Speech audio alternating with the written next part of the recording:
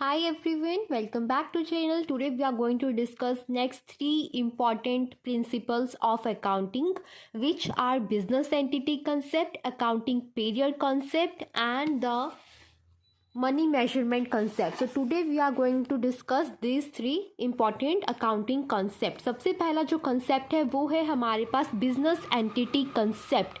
ये concept क्या कहता है? Let's see. As per this concept, the business and the owner of the business are considered as two different and separate entities. क्या कह रहा है ये concept? ये concept कह रहा है कि जो business है और जो उस business का owner है, ये दोनों जो है डिफरेंट एंटिटीज़ हैं. दोनों क्या है? एक दूसरे से डिफरेंट एंड सेपरेट एंटिटीज़ हैं. सीधा सा जो मतलब है इस कंसेप्ट का वो ये है कि जो बिजनेसमैन होता है और जो उसका बिजनेस होता है वो दोनों जो है सेपरेट एंटिटीज़ की तरह ट्रीट की जाती हैं जब भी अकाउंटिंग की एंट्रीज को रिकॉर्ड किया जाता है in the books of account. ठीक है, आगे क्या बोल रहे हैं? Business must have a completely separate set of books where each and every business transaction needs to be recorded from the firm's point of view and not from the proprietor का दूसरा नाम ओनर पॉइंट ऑफ व्यू. क्या कह रहे हैं? पहली line में उन्होंने ये बताया कि जो भी एक बिजनेस है और जो उस बिजनेस का ओनर है वो दोनों को हमने सेपरेट एंटिटीज़ की तरह ट्रीट करना है while recording the transactions in the books. कि जब हम बुक्स में एंट्रीज को रिकॉर्ड करेंगे उस टाइम पर हमने जो एंट्रीज करनी है वो फर्म के पॉइंट ऑफ व्यू से करनी है, क्योंकि जो फर्म है और जो उस फर्म का ओनर है ये दोनों सेपरेट एंटिटीज़ होती हैं, ये दोनों अलग अलग हैं.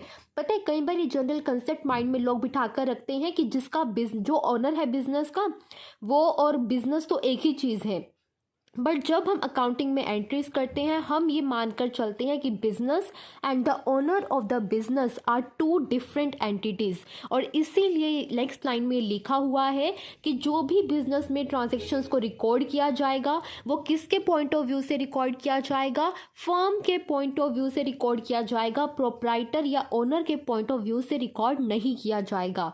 ठीक है, इस कंसेप्ट का सीधा सा मतलब बस इतना ही है कि आपको बुक्स में एंट्रीज करते वक्त, एंट्रीज रिकॉर्ड करते वक्त जो भी एंट्रीज पास करनी है वो फर्म के पॉइंट ऑफ व्यू से करनी है कि फर्म के लिए वो असेट है या लाइबिलिटी है, फर्म के लिए वो एक्सपेंस है या इनकम है. फर्म के अकॉर्डिंग आपको सोचना है और फिर एंट्रीज को पास करना है. कभी भी ओनर के पॉइंट ऑफ व्यू से आपको एंट्रीज रिकॉर्ड नहीं करनी है. ठीक है, जैसे कि यहाँ पर एग्जाम्पल की हेल्प से मैं आपको बताती हूँ. क्या लिखा हुआ है? Capital is considered as the liability of business. Capital और लाइबिलिटी यहाँ पर दो टर्म्स का यूज़ किया जा रहा है और इन दोनों ही टर्म्स का मतलब मैंने जब बेसिक अकाउंटिंग टर्म्स का जो कंसेप्ट क्लियर किया था वहाँ पर ये दोनों टर्म्स को क्लियर भी किया था, अच्छे से समझाया था. जिन्होंने नहीं देखा है उस वीडियो को वो देख ले जाकर. बेसिक अकाउंटिंग टर्म्स की जो सीरीज़ थी उसमें ये वीडियोज़ आपको मिल जाएंगी. ठीक है, तो कैपिटल और लाइबिलिटी क्या चीज़ होती है गाइस? कैपिटल होता है वो पैसा जो कि ओनर ने इन्वेस्ट किया है बिजनेस में. कैपिटल किसको बोलते हैं? उन फंड्स को बोलते हैं जो कि किसने इन्वेस्ट किया है बिजनेस में? ओनर ने. जैसा यहाँ लिखा है, funds invested by the owner in the business is known as capital. और लाइबिलिटी क्या होता है? Borrowed funds. बिजनेस के द्वारा जितना भी पैसा उधार पर लिया गया है उसे हम बोलते हैं बिजनेस की लाइबिलिटी. ठीक है, तो यहाँ पर मेरी बात सुनिए कि क्या जो पैसा एक बिजनेसमैन ने अपने ही बिजनेस में इन्वेस्ट किया है क्या हम उसे लाइबिलिटी की तरह ट्रीट करेंगे या नहीं करेंगे? क्या आपके अकॉर्डिंग क्या होना चाहिए गाइस? कि मान लीजिए आपका एक बिजनेस है, आप एक बिजनेस स्टार्ट करते हो और उस बिजनेस में आप कुछ इन्वेस्टमेंट करते हो. सपोज कीजिए 1 लाख रुपया आपने अपनी तरफ से लगाया और 1 लाख रुपया आपने पब्लिक से बोरो किया. ठीक है, तो ये बताइए जो पैसा आपने पब्लिक से बोरो किया वो तो फॉर श्योर आपकी लाइबिलिटी है क्योंकि आपको वो रिटर्न करना है. पर जो पैसा आपने खुद का लगाया है क्या अब वो भी आपकी लाइबिलिटी है? जी हाँ जी, ये इस कंसेप्ट के अकॉर्डिंग जो पैसा आप खुद का भी लगाओगे वो भी लाइबिलिटी की तरह कंसिडर किया जाएगा।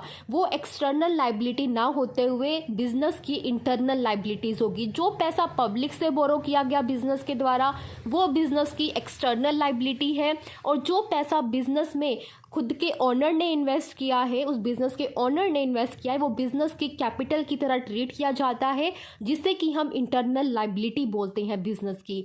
ठीक है, तो ये कंसेप्ट है हमारे पास business entity concept. I hope so आपको ये क्लियर हो गया होगा। ये एग्जाम्पल साफ साफ क्लियर कर रहा है बिजनेस एंटिटी कंसेप्ट को। ठीक है, क्योंकि अगर इस कंसेप्ट के अकॉर्डिंग नहीं किया जाता अकाउंटिंग में ट्रांजैक्शंस को रिकॉर्ड, तो हम यहाँ पर कैपिटल को एज द बिजनेस लाइबिलिटी नहीं कंसिडर करते। कैपिटल को हम एज लाइबिलिटी कंसिडर करते हैं only because of this business entity concept. ठीक है, क्योंकि वो पैसा जो हमारे ओनर ने ही बिजनेस में इन्वेस्ट किया है उसे हम बिजनेस की असेट नहीं बोल सकते। वो बिजनेस की लाइबिलिटी है जो कि बिजनेस ने रिटर्न करनी है किसको, ओनर को, इन्वेस्टर को। ठीक है, तो ये है हमारे पास बिजनेस एंटिटी कंसेप्ट। नेक्स्ट हमारे पास जो कंसेप्ट है वो है money measurement concept. Money measurement concept का जो ये कंसेप्ट है, मैंने आपको जब मैंने अकाउंटिंग की स्टार्टिंग में एक फीचर्स जब बताए थे उसमें भी मैंने आपको बताया था कि अकाउंटिंग में हम सिर्फ उन्हीं ट्रांजैक्शंस को रिकॉर्ड कर सकते हैं जिन्हें हम मनी के टर्म्स में मेजर कर सकते हैं, मतलब जिन्हें हम मनी के फॉर्म में एक्सप्रेस कर सकते हैं। सिर्फ अकाउंट्स में उन्हीं ट्रांजैक्शंस को रिकॉर्ड किया जाता है। मैं आज फिर से इस कंसेप्ट को क्लियर कर रही हूँ क्योंकि अकाउंटिंग प्रिंसिपल्स में ये कंसेप्ट रिपीट हुआ है। जैसा यहाँ लिखा है, अकॉर्डिंग टू दिस कंसेप्ट, इस कंसेप्ट के अकॉर्डिंग क्या इजम्पशन की जाती है, ओनली दोज ट्रांजैक्शंस, सिर्फ और सिर्फ उन्हीं ट्रांजैक्शंस को रिकॉर्ड करना है in the books which are capable of being expressed in terms of money. जैसा कि मैंने अभी आपको बताया कि हम अकाउंट्स में सिर्फ उन्हीं ट्रांजैक्शंस को रिकॉर्ड करते हैं जिन्हें हम मनी की टर्म्स में मेजर कर सकते हैं। ठीक है, एग्जाम्पल भी बता देती हूँ ताकि और क्लियर हो जाए। एग्जाम्पल में क्या लिखा है, ABC लिमिटेड, ये एक कंपनी है जिसने परचेज की है 5000 kg of raw material. Raw material उसने, इस कंपनी ने परचेज किया है, कितना परचेज किया है, 5000 kg परचेज किया है, जिसमें जो कॉस्ट है वो है 100 पर kg। 5000 kg, 5000 kilogram raw material को खरीदा गया है बाय कंपनी, और उस रॉ मटेरियल की कॉस्ट क्या है गाइस, 100 रुपीज़ पर kg। That means total cost कितनी है, 5 लाख रुपीज़, और कंपनी ने टोटल मटेरियल खरीदा कितना है, 5000 kg।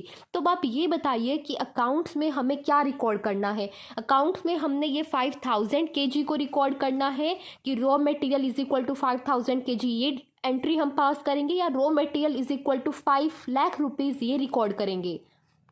बताइए, ऑब्वियसली हम इसे रिकॉर्ड करेंगे, इसको नहीं रिकॉर्ड करेंगे, और इसे रिकॉर्ड करेंगे। ठीक है, ये बात आपको ध्यान में रखनी है कि हम मनी के टर्म्स में ही ट्रांजैक्शंस को रिकॉर्ड करते हैं, और जो ट्रांजैक्शंस मनी की टर्म्स में एक्सप्रेस नहीं हो सकती उन्हें नहीं रिकॉर्ड करते। जैसा कि यहाँ लिखा है, any event even if it is very important for the business will not be recorded in the books unless it could be expressed in terms of money. वो कह रहे हैं कोई भी इवेंट हो, चाहे फिर वो एक बिजनेस के लिए कितना ही इम्पॉर्टेंट क्यों ना हो, वो हम बुक्स में रिकॉर्ड नहीं करेंगे अगर हम उसे मनी के टर्म्स में एक्सप्रेस नहीं कर सकते। एग्जाम्पल क्या है, quarrel between production and sales manager. क्या कह रहे हैं, इस वर्ड का मतलब होता है सिंपल वर्ड्स में फाइट। क्या होता है, फाइट। फाइट हो गई है किसके बीच में, प्रोडक्शन और सेल्स मैनेजर के बीच में। जब कंपनी के प्रोडक्शन और सेल्स मैनेजर के बीच में फाइट होगी तो गाइज आप एक सिंपल सी बात सोचिए, क्या काम जो है स्मूथली चल पाएगा? अगर कंपनी के दो इम्पोर्टेंट ब्रांच के मैनेजर्स आपस में लड़ लेते हैं तो जो काम पहले जिस तरह से हो रहा था, क्या अभी भी काम उसी फ्लो में होगा? नहीं, बहुत सारी इंटरप्शंस होंगी, बहुत सारी डिस्ट्रप्शंस होंगी, मतलब बहुत डिफ़िकल्टीज आएंगी उस काम को स्मूथली रन करने में। हो सकता है वो स्ट्राइक कर दे, हमारी प्रोडक्शन रुक जाए, उससे हमारे डिमांड को और सप्लाई को इफेक्ट पड़ेगा। तो वो सारी चीज़ें जो है कहीं ना कहीं कंपनी के प्रॉफिट को भी अफेक्ट कर देंगी। बट वो कंपनी के लिए जो है कभी भी हम ट्रांजैक्शंस एज अ ट्रांजैक्शन नहीं मानेंगे, क्योंकि इस फाइट के थ्रू कितना नुकसान या कितना हमें लॉस होगा उसे हम कभी भी मनी की टर्म्स में एक्सप्रेस नहीं कर सकते, और इसीलिए हम उसे ट्रांजैक्शन की तरह बिजनेस की बुक्स ऑफ अकाउंट में रिकॉर्ड भी नहीं करेंगे। ठीक है, ये एक इम्पॉर्टेंट इवेंट है बिजनेस के लिए, क्योंकि इससे कंपनी के जो प्रॉफिट्स हैं वो बैडली अफेक्ट हो सकते हैं, बट फिर भी इसे रिकॉर्ड नहीं किया जाएगा क्योंकि इस इवेंट को मनी के टर्म्स में एक्सप्रेस नहीं किया जा सकता। ओके, तो ये था मनी मेजरमेंट कंसेप्ट। अभी हमने दो कंसेप्ट देख लिए हैं। First one is business entity concept and the second one is money measurement concept. Third concept जो आज हम पढ़ने वाले हैं वो है अकाउंटिंग पीरियड कंसेप्ट। कौन सा कंसेप्ट है guys? Accounting period concept. Accounting period के बारे में मैंने प्रीवियस वीडियो में बताया है आप लोगों को। ये जहाँ आगे ना पता है आपको, जितनी भी चीज़ें हम पढ़ते चलेंगे ना वो कहीं ना कहीं किसी ना किसी तरीके से हमारी प्रीवियस वीडियो से लिंक होती चलेंगी, क्योंकि मैंने जो आपको स्टार्टिंग कराई है ना अकाउंट्स की वो बिल्कुल फ्लो में करा रही हूँ कि particular topic wise topic discussion हो रही है कि सबसे पहले आपका बेस क्लियर हो, फिर थोड़ा सा हम हायर लेवल पर जाएंगे, फिर थोड़ा और हायर लेवल पर जाएंगे। तो इस तरह से आपका जो बेस है वो एक बनता चला जाएगा और आपको हर चीज़ समझने में आसानी होती जाएगी। अकाउंटिंग पीरियड का मैंने कंसेप्ट आपको पहले बताया है, जिन्हें याद होगा, जो शुरू से जुड़े हुए हैं उन्हें पता होगा, बट आज तो हमने accounting period as a principle पढ़ना है अकाउंटिंग का। So let's start the video. As per this concept, the entire life of the firm is required to be divided into time intervals of 12-month period for the measurement of the profits of the business। क्या बोल रहे हैं? As per this concept, इस concept के according क्या होता है कि फर्म की जितनी भी लाइफ है उसको हम क्या कर देते हैं, डिवाइड कर देते हैं इनटू टाइम इंटरवल्स। क्या कर देते हैं? डिवाइड कर देते हैं इनटू टाइम इंटरवल्स। और वो जो टाइम इंटरवल्स हैं वो हमेशा इक्वल पीरियड के होते हैं, और वो इक्वल पीरियड कितने मंथ्स का होता है? 12 मंथ्स का। 12 मंथ्स के पीरियड में हमने इंटायर लाइफ ऑफ बिजनेस को क्या कर देना है? डिवाइड कर देना है। और इसका पर्पस क्यों होता, क्या होता है, मतलब कि हम क्यों करते हैं, इंटायर लाइफ को डिवाइड क्यों किया जाता है? पर्पस यही होता है गाइस कि हमें प्रॉफिट और लॉस जानना है कि बिजनेस को कितना हो रहा है। सीधी सी बात ये है कि अगर आप जब बिजनेस कंप्लीटली वाइंड अप हो जाएगा, पता नहीं कब होगा, क्योंकि हमने तो पहले कंसेप्ट ऑलरेडी पढ़ चुके हैं कि बिजनेस एक गोइंग कंसर्न है। हम ये असम्पशन लेकर चलते हैं कि बिजनेस आज स्टार्ट कर दिया है तो काफ़ी टाइम तक चलने वाला है, लॉन्ग पीरियड तक। ठीक है, तो हमें नहीं पता वो कब वाइंड अप होगा, हम कभी इसके बारे में सोचते भी नहीं हैं। बट अगर हम जब एक्चुअल में वो वाइंड अप होगा, जब वो एक्चुअल में ख़त्म होगा बिजनेस, अगर तब एक्चुअल प्रॉफिट निकालने बैठेंगे तो उस प्रॉफिट या लॉस का हमें कोई मतलब कि कोई फ़ायदा नहीं होगा कि उस प्रॉफिट या लॉस को जानने का, क्योंकि अगर हम अभी जान लेते हैं तो हम उसी अकॉर्डिंग अपना आगे जो है प्लानिंग कर सकते हैं कि किस तरह से किन एक्टिविटीज़ को परफॉर्म किया जाए, किन को नहीं किया जाए, और कौन सी एक्टिविटीज़ हमारे लिए बेनिफिशियल है, कौन सी अनबेनिफिशियल है, वो हमें नहीं पता चलेगा। ठीक है, तो वो जानने के लिए ये प्रिंसिपल लाया गया है कि ताकि हम एंटायर लाइफ को छोटे छोटे पीरियड में डिवाइड कर दें और हर पीरियड के एंड पर ये कैलकुलेट कर सके कि प्रॉफिट या लॉस कितना आ रहा है, और जितना भी आ रहा है उससे इंपॉर्टेंट स्ट्रैटेजीज बिजनेस में डेवलप कर सके ताकि आने वाले टाइम में बिजनेस और ज़्यादा ग्रो कर सके। तो ये इस कंसेप्ट का मेन मोटिव होता है।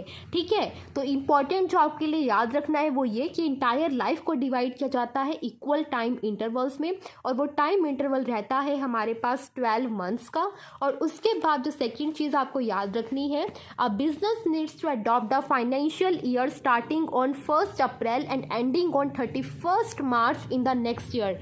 दैट मीन्स जो आपका रहता है अकाउंटिंग पीरियड वो क्या रहेगा? 1 April 2020 to 31 March of next year 2020 current, next year 2021, या फिर आप ये बोल लीजिए 1 अप्रैल 2021 टू 31 मार्च 2022।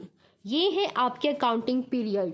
और अभी जो हमारा फाइनेंशियल ईयर की स्टार्टिंग होगी आने वाले टाइम में, अभी जो चल रहा है वो ये चल रहा है, और 1 अप्रैल 2021 से ये स्टार्ट हो जाएगा। ठीक है, तो ये होता है अकाउंटिंग पीरियड का कंसेप्ट, और इस कंसेप्ट का पर्पस क्या है वो भी मैंने आपको क्लियर कर दिया है। आई होप सो आपको ये तीनों कंसेप्ट अच्छे से समझ में आ चुके हैं। अगर कोई भी डाउट है please ask me in the comment section. Video कैसा लगा, अच्छा लगा, गंदा लगा, क्या समझ आया, नहीं समझ आया, प्लीज़ मुझे कमेंट कर कर बताइएगा ज़रूर। और वीडियो को लाइक कर दो अगर अच्छा लगा है, फ्रेंड्स के साथ शेयर कर दो। And thank you very much for watching this video one